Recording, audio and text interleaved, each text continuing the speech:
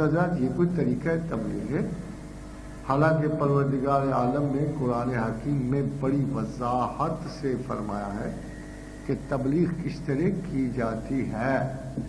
فرمایا نمبر 1 ہدایت فرمائی کہ جب تک تجھے تبلیغ کرنی ہے تو سب سے پہلے بصیرت کے ساتھ تبلیغ کر، علم کے ساتھ اور ذہانت کے ساتھ، پھر لینگویج کے ساتھ،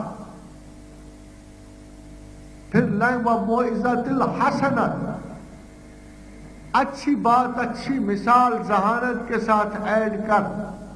پہلی شرط یہ ہے کہ علم اور بصیرت کے ساتھ۔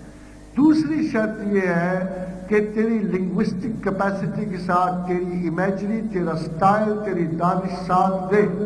اور تیسری اس سے بھی بڑی بات ہے، لا محالہ جب تم گفتگو کرو گے تو کسی نہ کسی بحث میں پڑ جاؤ گے۔ وَجَادِلْهُمْ بِالَّتِي هِيَ أَحْسَنُ، جب مباحثے کا وقت آئے تو تیری بحث میں زیادہ خوبصورتی، زیادہ وزن، زیادہ استدلال ہونا چاہیے۔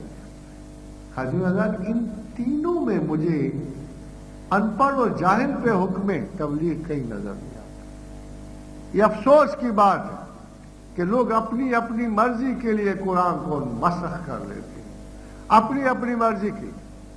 میرے ایک تبلیغی میرے بڑے اچھے دوست تھے تو انہوں نے مجھے کتاب دی، میں نے کہی کون سی کتاب؟